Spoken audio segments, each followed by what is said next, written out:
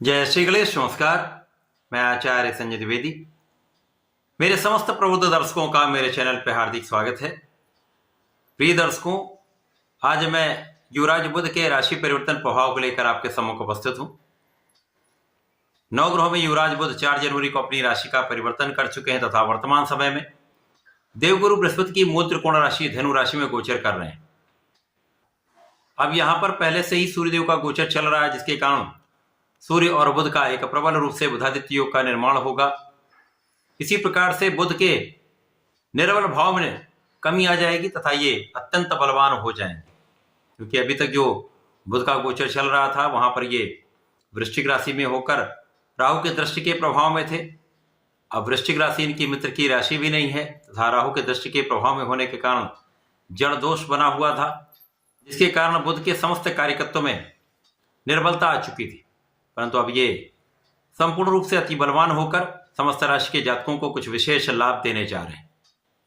परंतु ये बुध का जो गोचर है वो अलग अलग राशियों के लिए अलग अलग भाव में होकर अलग अलग स्थानों पर होकर अलग अलग परिणामों की प्राप्ति कराने वाला होगा। आज मैं मकर राशि के लिए, जो शनिदेव की राशि है, बुध के इस राशि परिवर्तन का किस प्रकार का परिणाम प्राप्त होगा, किन किन भावों में वृद्धि होगी, इस समय में आप कितना लाभ ले पाएंगे अथवा कहीं पर कोई समस्या है तो उसका क्या निराकरण है, संपूर्ण विश्लेषण मैं पूर्ण तरीके के साथ करने जा रहा हूं। प्रिय दर्शकों, इस राशिफल को आप अपने लग्न तथा राशि दोनों के अनुसार देख सकते हैं। नैसर्गिक रूप से यदि हम अवलोकन करें तो बुध और शनिदेव का अतिमित्र का भाव है तथा यहां पर मकर राशि के लिए बुध आपके लिए षष्ठम भाव के स्वामी तथा भाग्य के स्वामी है। षष्ठेश तथा भाग्येश का गोचर आपके 12वें भाव में, जो कि तृक भाव है, यहां पर प्रारंभ हो चुका है। तृक भाव जो कि 6ठा 8वां 12वां भाव है, यहां पर समस्त ग्रहों का प्रभाव निर्बल हो जाता है तथा उनके कार्यकत्व में निर्बल प्रभाव प्राप्त होता है। अब बुध जो कि इस जगत के समस्त कार्य क्षेत्रों में अपना प्रभाव रखते हैं, चाहे वो किसी प्रकार का कोई व्यापार हो, इंडस्ट्री हो, कोई प्रोफेशन हो, कला क्षेत्र का कोई भी प्रभाव हो, नौकरी का भाव हो, जहां पर विद्या है, ज्ञान है, शिक्षा है, बुद्धि है, वहां पर बुध हैं। जहां पर वाणी का भाव है वहां पर बुध हैं। जहां पर कैलकुलेशन, गणना, गणित है, वहां पर बुध हैं। इस प्रकार से इस जगत में कोई भी ऐसा कार्य क्षेत्र नहीं जहां पर बुध का प्रभाव ना हो। इन समस्त प्रभाव में निर्बलता आ सकती है, परंतु यहां पर ये सूर्यदेव के साथ युति प्रभाव में होंगे, जिसके कारण इनका बल बढ़ेगा। इसी प्रकार से यहां पर ये विपरीत राजयोग में होंगे।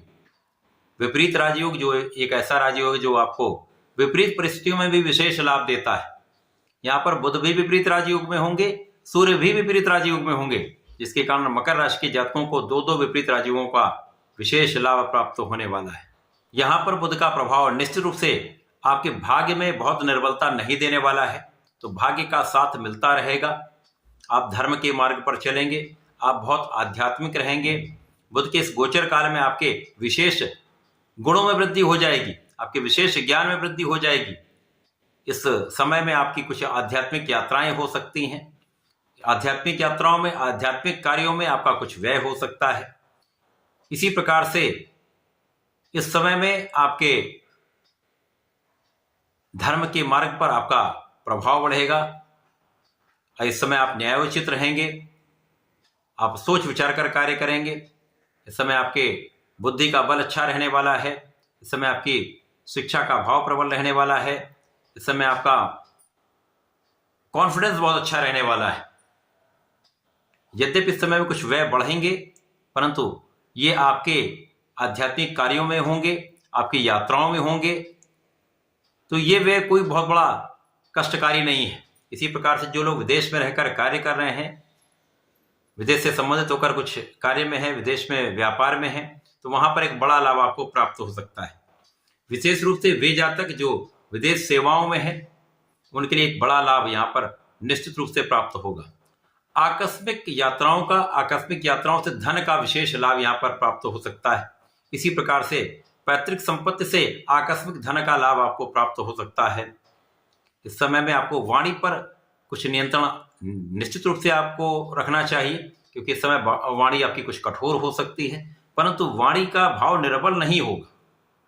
वाणी की कठोरता से कुछ समस्याएं होती हैं, कुछ विवाद बढ़ता है, परंतु उन समस्त समस्याओं पर भी आपकी विजय होगी।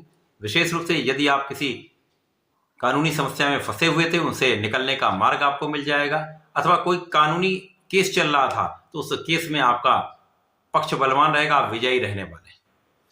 शत्रुओं पर पूर्ण नियंत्रण रहेगा, रोगों पर नियंत्रण रहेगा, परंतु इस समय छोटे मोटे समस्याएं हो सकती हैं। आंखों से संबंधित कुछ विकार हो सकते हैं, कुछ एलर्जी की समस्या हो सकती है, तो यहां आपको ध्यान रखना चाहिए।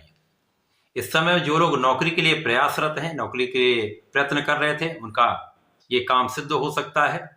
कुछ नए अवसर आप चाहते हैं, नौकरी में नए अपॉर्चुनिटीज के लिए आप प्रयासरत हैं, तो यहाँ पर आपको ये अवसर प्राप्त हो सकता है। अचानक ही यहाँ पर कुछ ऐसे योग बनते हैं जो आपको लगेगा कि मेरा काम यहाँ पर नहीं हो सकता, उस समय में भी आपके उस कार्य में प्रगति हो जाती है, वो कार्य बन जाते हैं। ऐसे योग बन रहे हैं। इस समय में शत्रुओं से भी आप लाभ ले सकते हैं, ऐसा योग है। आपकी स्थिति इतनी प्रबल है कि शत्रु नतमस्तक होगा।